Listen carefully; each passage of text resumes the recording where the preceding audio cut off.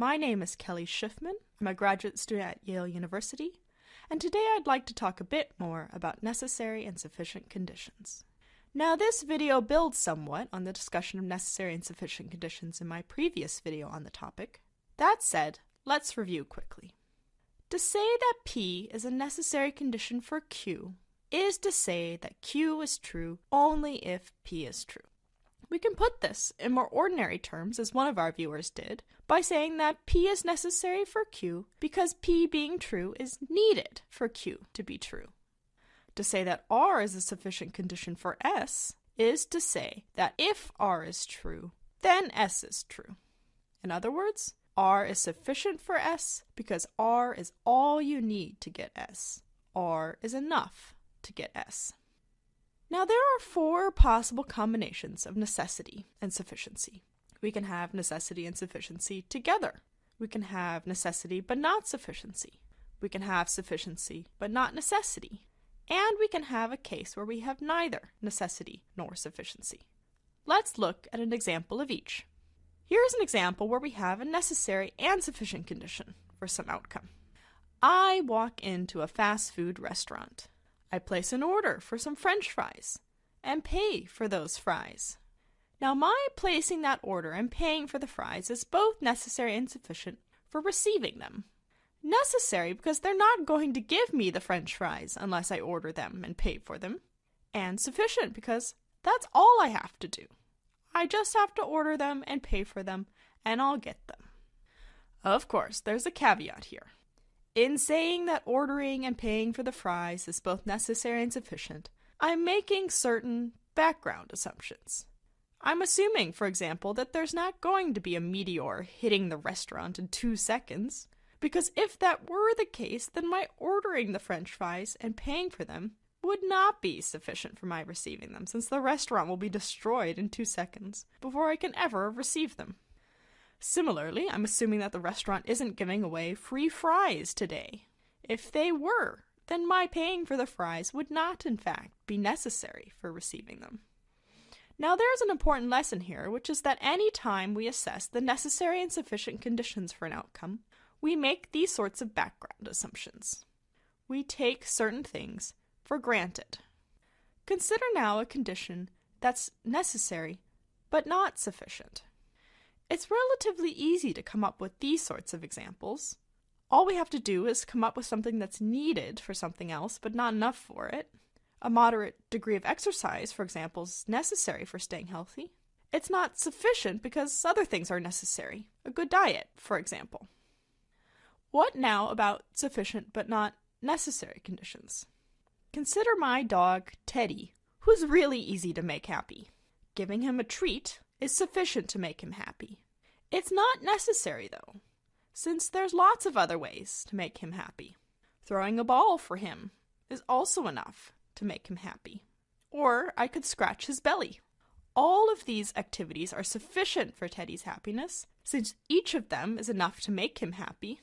But none is necessary, since there are so many different ways to make him happy.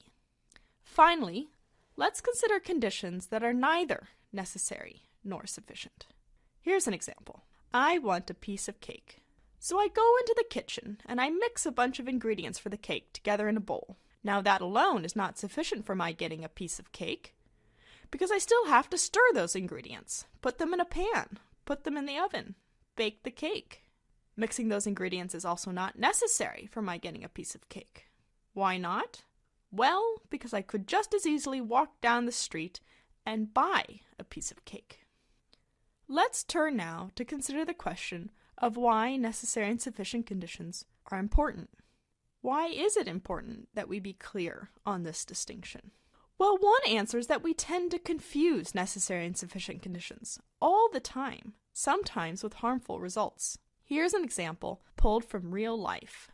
Sarah, Tom, and Bobby are all found at the scene of a crime, along with an illegal gun.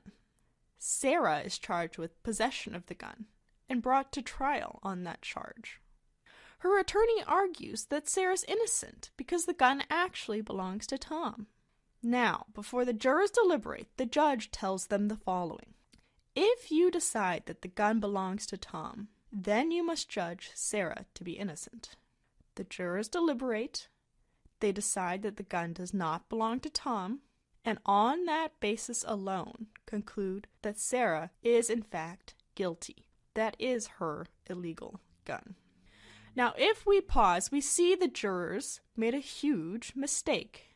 They confused a sufficient condition with a necessary one.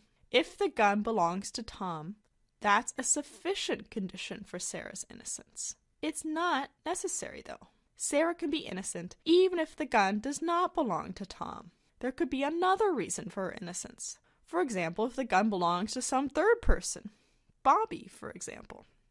Because the jurors confused a sufficient condition with a necessary one, they overlooked this possibility and so hastily convicted Sarah. If you're interested in this sort of mistake, I highly recommend that you check out Matthew Harris's video on affirming the consequent.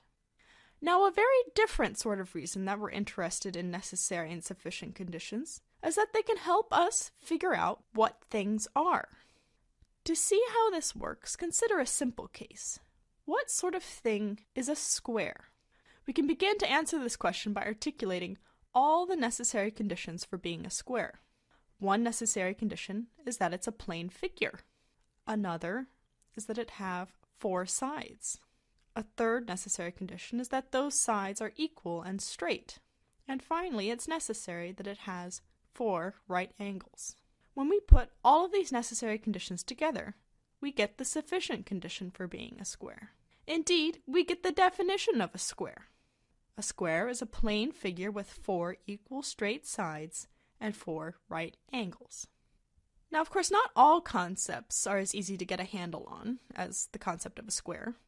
Consider the concepts of fairness or equality or happiness. These concepts, unlike the concept of a square, are a lot fuzzier, or at least more controversial. We disagree over what fairness is and over what happiness is. And having a good grasp on the difference between necessary and sufficient conditions allows us to start making progress toward figuring out what they are. I'll leave you then with the task of trying to come up with the necessary and sufficient conditions for happiness.